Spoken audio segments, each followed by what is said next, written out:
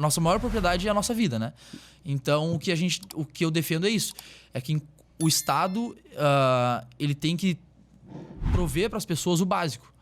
E as pessoas são responsáveis pelas suas vidas e têm o direito de tomar as decisões que elas querem. E aí, no âmbito econômico também. É muito mais uma questão moral, primeiramente, né? Do que uma questão de o que eu acho certo ou errado. O que eu acho certo ou errado não convém nesse assunto. E eu acho que aí é uma pauta que muitas pessoas na direita acabam não entendendo. Eu achar certo ou errado o uso das drogas, por exemplo, não tem a ver com eu querer impor isso para os outros. Tá. Eu acho que é totalmente errado o uso de drogas. Porém, eu não posso decidir isso por ti. Tá, entendi. Então Né? tu é a favor, por exemplo, Sim. da liberação das drogas. Exato. Eu acho que as pessoas têm que ter o direito... Porque, cara, aí não sejamos hipócritas, né? Por que não é legalizado a maconha e é legalizada a cerveja? Vamos comparar malefícios e benefícios, vamos comparar impactos, causas, mortes, doenças. Por que uma coisa pode e outra não pode? A gente entra num debate amplamente perigoso e que existem muitos interesses envolvendo isso, né? Sim. Mas se a gente for ser realista e pragmático, é o que é. Uma coisa pode, outra não pode, porque existem aí poder do governo contra a guerra às drogas e tudo mais. Existe toda uma economia ao redor disso também, né? Sim. Mas, sim, a gente não pode impedir que as pessoas façam as escolhas que elas querem na vida delas, assim como tu pode no final de semana tomar uma cerveja ou tomar 10, 20, passar mal no hospital e tu decidiu fazer isso com a tua vida. Então, e aí entra pra tudo, pra liberdade LGBT, por exemplo, entendeu? Pra liberdade religiosa, pra liberdade de expressão. Então, e aí entra a liberdade também que a direita defende, que é a liberdade de defesa, liberdade ao porte de armas, por exemplo. Então, o liberal ele vai defender um pouquinho de cada coisa, tá? Ele vai defender um pouquinho de todas as liberdades e ainda vai defender a liberdade econômica. Tá. E aí é o que eu vejo. Dentro dos liberais existem gente que não defende todas essas pautas também. Sim. Por exemplo, é contra a liberdade das drogas, mas defende todas as outras.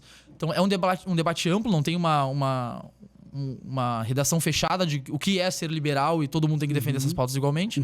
Mas eu vejo como, primeiramente, a defesa ampla da liberdade. Tá. Né?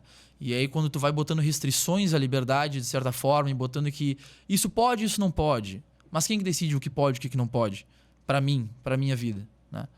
Então acho que a gente começa num debate bem mais intenso dentro da sociedade de quem tem que decidir por mim o que eu posso ou não posso fazer na minha vida pessoal. Né? Vamos ver, vamos conversar aí, vamos chegar a essa... Vamos ver se a gente consegue entender.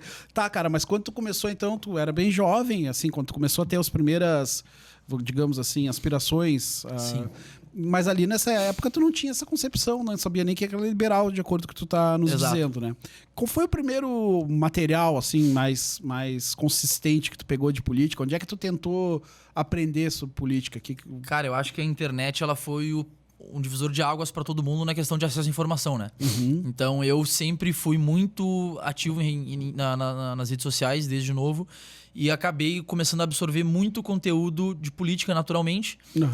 E acho que o maior divisor de águas foi ali durante o período Dilma, 2014, pré-impeachment, né? Onde a gente começou a entrar em debates a nível nacional muito importantes sobre vários temas que iam acontecendo ali na sociedade, tanto econômicos quanto contra a corrupção, por exemplo, que vinha acontecendo, né? Vários escândalos. E aí eu comecei a entender um pouco mais. Aí depois chega 2016, começa a entrar a reforma da Previdência. Cara, o que isso impacta na minha vida? Por que tem tanto debate sobre isso? Tiveram os protestos lá, Dilma antes, né? Então, foi ali que eu comecei a, de fato, estudar política, estudar economia como algo de, cara, eu preciso entender isso de forma mais precisa para eu formar minha opinião. Tá. E não deixar algo vago. Porque para mim antes era vago, né? Era vago. Eu sou centro-direita. Tá. Mas o que é ser centro-direita? Quando tu era centro-direita, o que tu achava que tu defendia? Assim, quais eram as principais... Cara, eu sabia, por exemplo, que como o PT tava no poder, eu sabia que eu era contra o PT. Tá. Mas era por quê? isso. Eu não concordava com as pautas do PT, por exemplo, entendeu? E aí tinha todo aquele negócio da corrupção, já tinha tido havia o mensalão e tudo mais. Mas eu sabia que eu era contra o que eles faziam, mas eu não tinha noção do porquê. Eu achava errado. Tá. E aí acho que é isso que falta muito hoje em dia, né? A gente discorda, mas discorda baseado em quê? Qual é o contraponto que tu vai dar a isso? E acho que foi isso que a internet me proporcionou. Tá. Começar a receber informação, seguir muita gente, começar a seguir muita gente que falava sobre o que eu defendia e entender de onde vinha isso. Cara, quem é Adam Smith? Quem é o pai do liberalismo? E aí, depois, quem são os filósofos que falam de economia? Quem são os que falam de liberdade individual, por exemplo? De onde vem isso que eu defendo?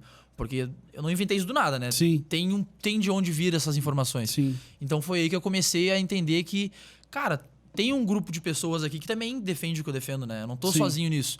E aí tu pegou isso tudo da internet, assim... Internet, foi rede social, puramente rede social. E aí eu virei aquele maníaco de rede social. Eu queria debater com todo mundo, né?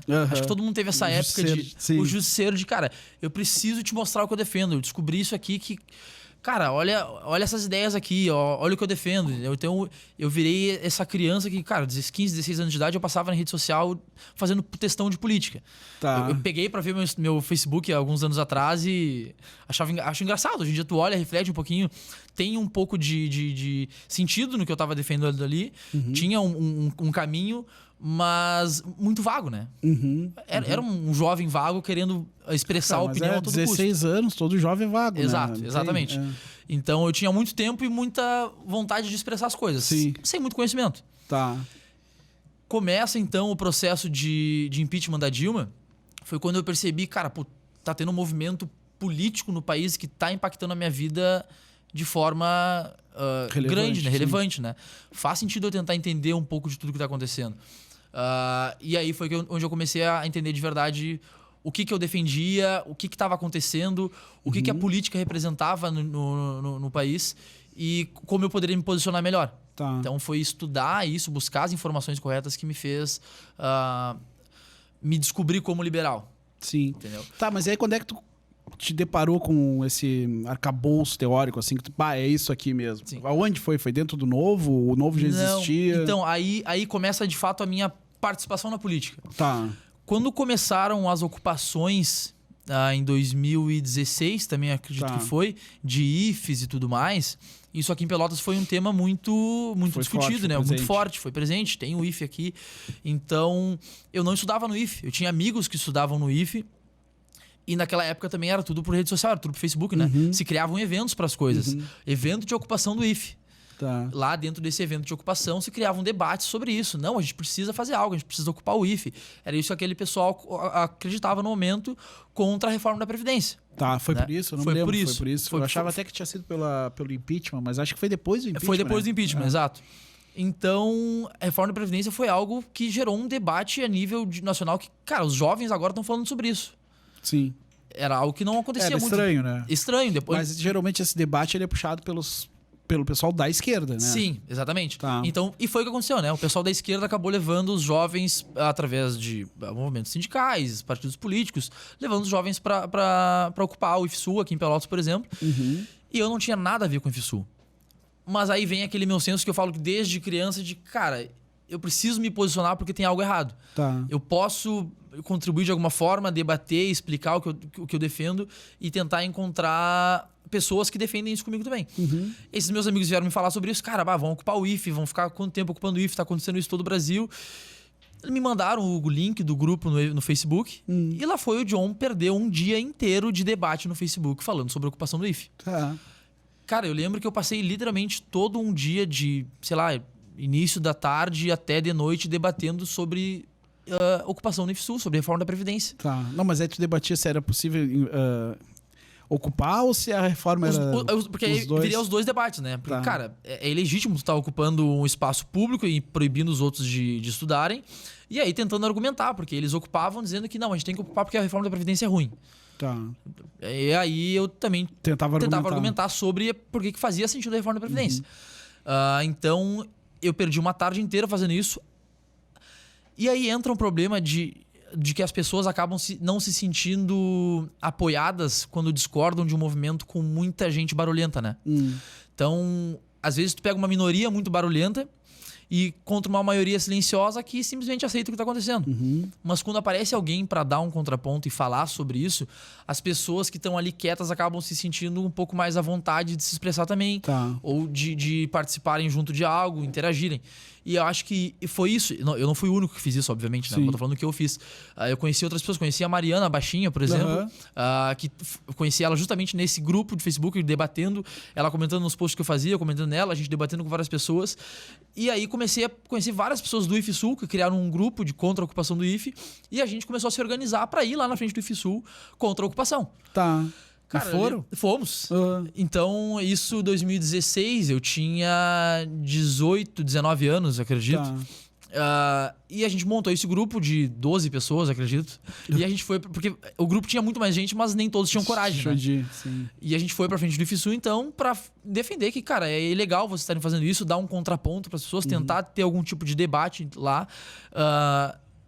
E as pessoas começaram a se sentir acolhidas, de certa forma, entendeu? Então, nesse grupo tinha, sei lá, 50 pessoas no grupo, mas 12 decidiram ir. Então, é justamente isso. As pessoas sabem que é errado aquilo que está acontecendo, mas tem medo de se expor, tem medo de fazer algo, tem medo de tomar uma atitude. E, cara, é justamente pelo silêncio da maioria que a minoria barulhenta ganha espaço, né?